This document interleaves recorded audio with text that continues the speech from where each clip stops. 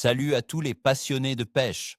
Et si je vous disais que la plus grosse erreur que vous faites sur la glace, ce n'est pas votre montage, ni votre appât, mais simplement le fait d'être là? Aujourd'hui, on s'attaque à un mythe tenace, une question que tout pêcheur sur glace s'est posée au moins une fois. Est-ce que votre propre ombre projetée sur la glace peut ruiner une journée de pêche et faire fuir les poissons les plus méfiants? Restez avec nous, car ce que vous allez découvrir pourrait bien changer complètement votre façon d'aborder la pêche en hiver. On va voir ensemble si cette histoire d'ombre est une simple croyance de grand-père ou une réalité scientifique qui explique beaucoup de vos sorties sans touche. D'ailleurs, pour commencer, dites-moi en commentaire, vous y croyez, vous, à cette histoire d'ombre? Oui ou non? Lâchez-vous. On a tous entendu ça au bord de l'eau. Un ancien qui nous dit « Fais gaffe à ton ombre, gamin, tu vas faire peur à tout le monde là-dessous ». C'est une règle non écrite de la pêche sur glace.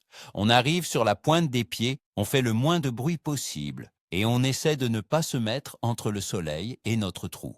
Mais pourquoi? D'où vient cette croyance? C'est une habitude transmise de génération en génération, une sorte de sagesse populaire. Le problème, c'est qu'on la suit souvent sans jamais vraiment se demander si elle est fondée. On le fait par précaution parce que, dans le doute, on s'abstient. On se met dans des positions inconfortables. On pêche à contre-jour, on peste contre ce satané soleil qui nous suit partout. Mais est-ce qu'on se prive de confort ou d'une meilleure position pour rien? C'est ce qu'on va démêler aujourd'hui, en séparant le mythe de la réalité. Commençons par planter le décor. Une scène que vous connaissez par cœur. Il est 7 heures du matin. Le soleil se lève à peine, projetant une lumière dorée et rasante sur une immense étendue blanche et gelée. Le froid pique le visage, mais ça fait partie du plaisir. Vous venez de marcher pendant 20 minutes pour atteindre votre spot favori, ce fameux tombant que vous connaissez bien. Le silence est total, seulement brisé par le crissement de vos pas sur la neige. Vous posez votre matériel et le premier geste, c'est de sortir la tarière. Le bruit du moteur déchire le silence, puis vient le moment magique où l'eau jaillit du trou. Vous êtes prêt. Vous vous installez sur votre siège, et c'est là que vous la remarquez. Le soleil, encore bas, projette votre ombre, longue et sombre, juste devant vous. Elle s'étend sur la glace et la neige, couvrant parfois même la zone où vous comptez pêcher. Et la question ancestrale vous revient immédiatement en tête. Est-ce que cette simple présence sombre, cette silhouette qui est la vôtre, est en train de saboter votre partie de pêche avant même qu'elle n'ait commencé? Pour comprendre l'impact du nombre, il faut d'abord comprendre comment la lumière se comporte en traversant la glace. La glace n'est pas une vitre transparente parfaite, c'est un milieu complexe. La lumière du soleil qui la frappe va subir plusieurs phénomènes. D'abord, une partie est réfléchie, c'est ce qui nous éblouit. Une autre partie est absorbée et transformée en chaleur, ce qui est minime en hiver. Mais la partie qui nous intéresse, c'est celle qui est transmise à travers la glace. Et cette transmission n'est pas directe. La lumière est diffusée, c'est-à-dire qu'elle est déviée dans toutes les directions par les cristaux de glace, les bulles d'air emprisonnées et les impuretés. Le résultat, c'est que sous la glace, la lumière n'est pas directionnelle comme en plein air. C'est plutôt une ambiance lumineuse générale, un peu comme un jour nuageux très lumineux. C'est un point absolument crucial pour la suite de notre raisonnement. L'environnement sous la glace est naturellement flou et diffus. Maintenant, ajoutons un élément capital, la neige. 9 fois sur 10, la glace est recouverte d'une couche de neige plus ou moins épaisse. Et la neige, c'est le meilleur diffuseur de lumière qui soit. Chaque flocon agit comme un minuscule miroir qui renvoie la lumière dans tous les sens. Une couche de seulement quelques centimètres de neige suffit à transformer la lumière directe du soleil en une nappe de lumière parfaitement homogène et non directionnelle. Dans ce cas de figure, votre ombre projetée sur la neige n'a quasiment aucun impact sous l'eau. Pour le poisson qui regarde vers le haut, la surface est un plafond lumineux uniforme. Le fait qu'une petite zone à la surface soit à l'ombre est totalement imperceptible en dessous. La neige agit comme un écran de cinéma géant qui lisse toutes les variations. Donc, si vous pêchez sur une glace enneigée, vous pouvez être presque certain que votre ombre statique n'a aucune, je dis bien aucune, incidence sur le comportement des poissons. Mais alors, qu'en est-il du cas le plus critique? La fameuse glace noire, ou black ice. Cette glace transparente, sans neige, souvent en début de saison. Là, la situation est différente. La lumière est beaucoup moins diffusée. Elle traverse la glace de manière plus directe. Dans ces conditions, oui, votre silhouette peut créer une zone d'ombre plus marquée au fond de l'eau, surtout si l'eau est peu profonde. C'est le scénario où la prudence est la plus de mise. Imaginez un cendre posté sur le fond, dans 2 mètres d'eau, sous une glace noire. Il voit le plafond de glace au-dessus de lui.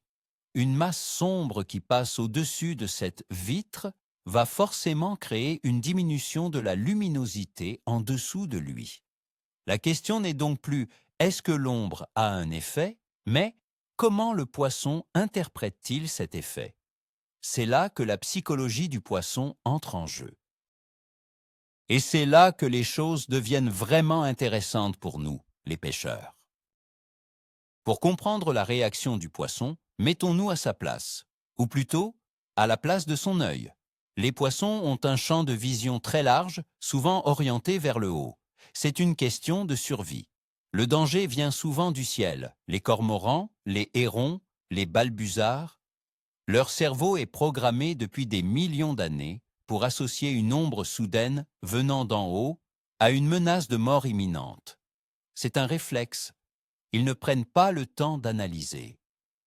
Ombre qui bouge vite égale prédateur égale fuite. C'est aussi simple que ça. Ils ne voient ni pas un pêcheur avec un bonnet et une canne. Ils perçoivent une forme sombre qui se déplace, une anomalie dans leur environnement lumineux habituel. Et dans la nature, une anomalie est souvent synonyme de danger. C'est cet instinct de survie primaire que nous risquons de déclencher avec nos mouvements maladroits sur la glace. Précisons ce que le poisson voit réellement.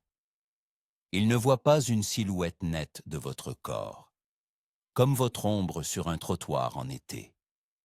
À cause de la légère diffusion de la glace, même transparente, et de la diffusion par l'eau elle-même, ce qu'il perçoit est une zone de pénombre, une tache sombre au contour flou.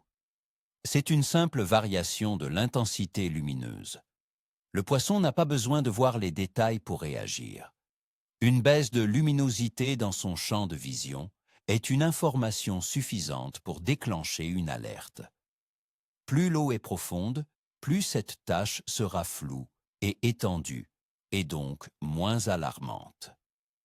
En revanche, en eau très peu profonde, disons moins de 2 mètres, cette variation de lumière sera plus nette et plus soudaine, et donc beaucoup plus susceptible de provoquer une réaction de fuite. La profondeur de l'eau est donc un facteur déterminant dans la réaction du poisson à votre ombre. Ce concept de menace aérienne est la clé de tout. Pensez à une truite dans une rivière claire. Le simple passage de l'ombre d'un oiseau la fait sonder vers le fond en une fraction de seconde. Sous la glace, le mécanisme est exactement le même. Le poisson ne fait pas la différence entre l'ombre d'un pêcheur qui se lève brusquement et celle d'un cormoran qui plonge. Pour lui, c'est la même signature, une obscurité soudaine et mobile qui vient d'en haut. C'est pourquoi le danger ne vient pas tant de l'ombre elle-même que de sa création et de son mouvement.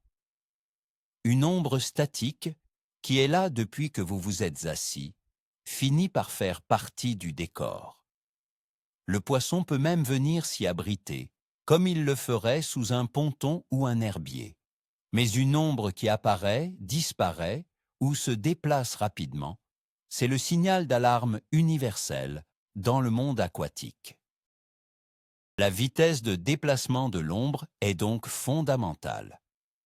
Faisons une petite expérience de pensée. Imaginez que vous êtes assis, immobile, depuis 30 minutes. Votre ombre est projetée sur votre trou, elle est fixe. Un poisson méfiant, une belle perche par exemple, s'approche lentement de votre montage. Elle est curieuse, mais pas effrayée. L'ombre fait partie de l'environnement qu'elle a scanné en arrivant. Maintenant, imaginez que vous vous leviez d'un coup pour prendre votre thermos. Votre ombre va balayer le fond à une vitesse incroyable. Pour la perche, c'est comme si le ciel lui tombait sur la tête. C'est ce mouvement rapide et ample qui va la faire fuir à coup sûr, bien plus que la présence de l'ombre initiale. La distinction entre une ombre statique et une ombre dynamique est donc absolument essentielle. L'une est neutre, l'autre est une catastrophe pour votre pêche. Parlons donc de nos propres mouvements. Le moment le plus critique, c'est votre arrivée sur le spot. Vous marchez, vous vous déplacez pour choisir le meilleur emplacement, vous percez le trou. Pendant toutes ces actions, vos ombres et les vibrations que vous créez balayent constamment la zone. C'est là que vous alertez tous les poissons actifs du secteur. Ils ne savent pas ce que vous êtes, mais ils savent que quelque chose de grand et de bruyant se déplace au-dessus d'eux. Une fois que vous êtes installés, le calme revient. Les poissons les plus curieux ou les moins craintifs peuvent revenir après un certain temps. C'est pourquoi le début d'une session de pêche est souvent calme. Il faut laisser le temps à la zone de se reposer de votre arrivée. Le véritable danger, ce sont les mouvements inutiles et brusques une fois que vous êtes en place. Se lever, faire les 100 pas, agiter les bras. Chaque mouvement se traduit par une danse des ombres sous l'eau. Imaginons une expérience concrète pour visualiser tout ça. On prend une caméra sous-marine, type GoPro, qu'on descend juste sous la glace par une journée ensoleillée, sur de la glace noire. La caméra filme vers le haut. Au début, on voit une surface lumineuse, un peu laiteuse. Maintenant, demandons à un ami de marcher lentement au-dessus.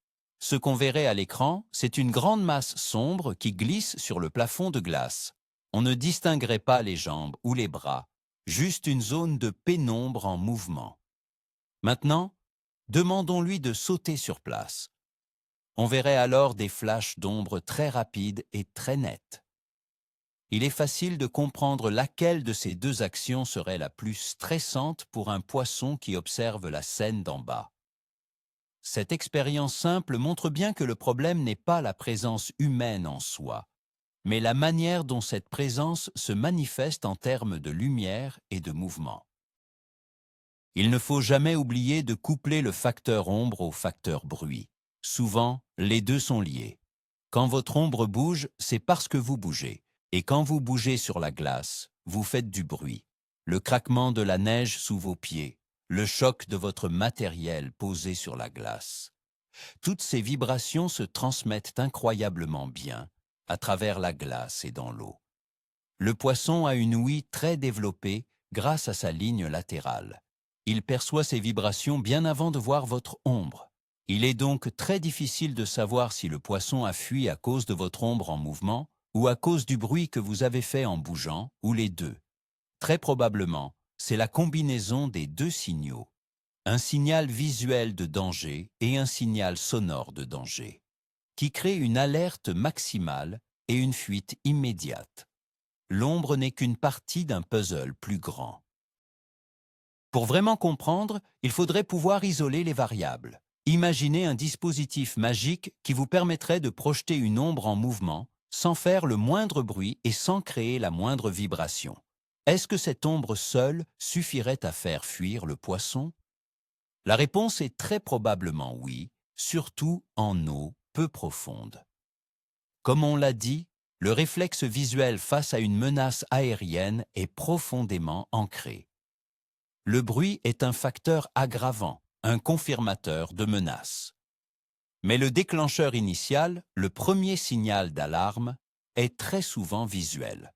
C'est pourquoi, même si vous êtes le pêcheur le plus silencieux du monde, le simple fait de vous lever de votre siège au mauvais moment peut vider votre spot. La discrétion sur la glace n'est pas seulement auditive, elle est aussi visuelle, ou plus précisément, elle est liée à la gestion de vos mouvements et des ombres qu'ils génèrent. La profondeur de l'eau est un modérateur extrêmement important. L'effet de votre ombre diminue de façon exponentielle avec la profondeur. Dans 1 mètre d'eau, une ombre en mouvement est un signal clair et net. Le changement de luminosité est brutal. Dans 10 mètres d'eau, cette même ombre sera tellement diffuse et atténuée qu'elle sera à peine perceptible au fond. La colonne d'eau agit comme un filtre géant. Donc, la règle est simple. Plus vous pêchez profond, moins vous avez à vous soucier de votre ombre.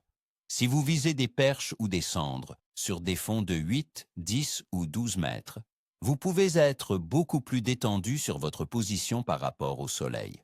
Par contre, si vous pêchez la truite ou la perche dans une baie peu profonde, de 1 à 3 mètres, alors chaque mouvement compte et la gestion de votre ombre devient une priorité absolue. Il faut toujours adapter sa discrétion à la profondeur du spot. Toutes les espèces de poissons ne sont pas égales face à cette menace. Un poisson fourrage comme le gardon, qui vit en banc serré, est constamment en alerte. La réaction de fuite d'un seul individu peut faire décaler tout le banc. Ils sont extrêmement sensibles à ce qui se passe au-dessus d'eux. À l'inverse, un brochet, qui est un prédateur en haut de la chaîne alimentaire, est souvent moins craintif. Il peut être curieux et venir voir ce qui se passe. Le sandre, lui, est réputé pour sa méfiance légendaire, surtout les gros sujets. Il déteste les dérangements. Une ombre suspecte peut le faire quitter la zone pour ne plus y revenir de la journée. Les perches, surtout les grosses, sont aussi très méfiantes. Il faut donc adapter son niveau de discrétion en fonction de l'espèce que l'on recherche. Pêcher le gardon et pêcher le gros sandre ne demandent pas le même niveau de camouflage et de contrôle de ses mouvements. Parlons du temps d'acclimatation. Quand vous arrivez sur un spot, vous créez inévitablement un dérangement majeur. Bruit de la marche, de la tarière, ombres en mouvement. Il est illusoire de penser que les poissons n'ont rien remarqué. Les plus craintifs sont déjà partis. Les autres sont en alerte. C'est pourquoi il est crucial de laisser à la zone un temps de repos après votre installation. Asseyez-vous, préparez vos cannes et attendez 10, 15, voire 20 minutes. Pendant ce temps, les poissons les plus curieux ou les plus affamés vont revenir prudemment. Ils vont s'habituer à votre présence statique. Votre silhouette immobile et votre ombre fixe vont finir par faire partie du décor.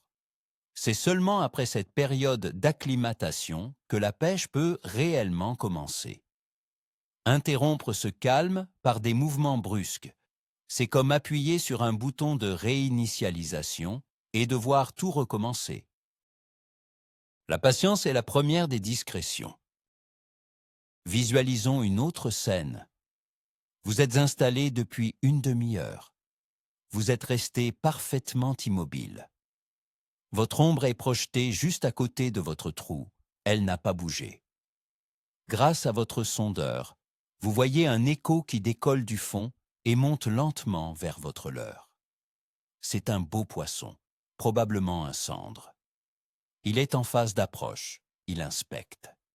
Il ne montre aucun signe de peur. Il passe dans la zone éclairée, puis entre dans la zone couverte par votre ombre. Est-ce qu'il fait demi-tour? Non. Il continue sa montée. Pourquoi? Parce que l'ombre était déjà là quand il est arrivé. Elle fait partie de l'environnement, elle est statique, donc elle n'est pas perçue comme une menace active. Ce n'est qu'un changement de luminosité, comme passer sous un herbier. Ce scénario très courant prouve bien que ce n'est pas l'ombre en elle-même qui est un problème, mais bien son apparition soudaine ou son mouvement. Maintenant, reprenons exactement la même scène. Le sandre monte doucement vers votre leurre. Il est à 50 cm. C'est le moment critique. Et là, vous avez le dos un peu raide. Alors vous vous levez juste un peu de votre siège pour vous étirer. Votre ombre, qui était immobile, balaie soudainement le fond, passant juste sur le poisson.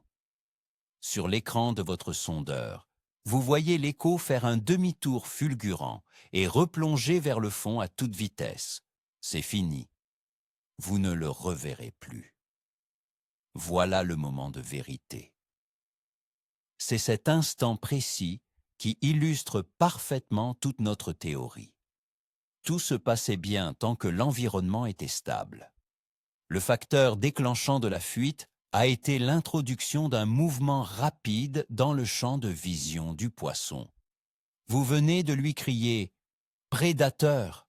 sans même ouvrir la bouche.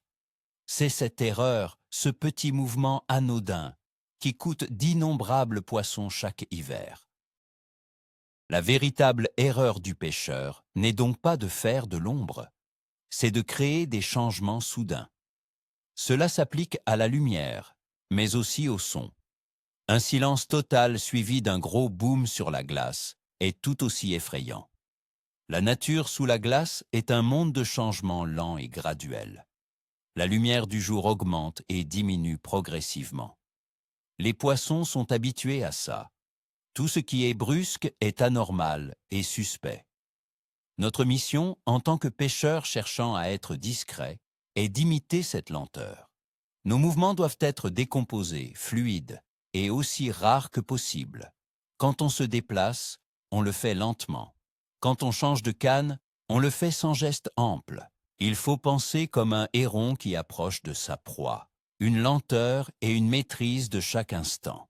C'est une discipline, mais c'est la seule qui paie face à des poissons éduqués et méfiants. Alors, quelle est la solution pratique? Faut-il pêcher uniquement les jours couverts ou se cacher sous une tente? Pas forcément. La solution est dans le comportement. Premièrement, choisissez votre position en fonction du soleil, si possible.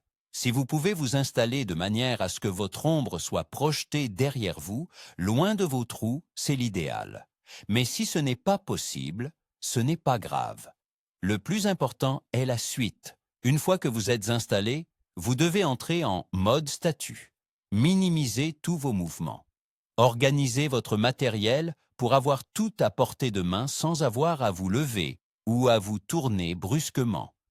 Si vous devez vous déplacer, faites-le avec une extrême lenteur. Pensez à la façon dont un prédateur approche. Il ne fait pas de grands gestes.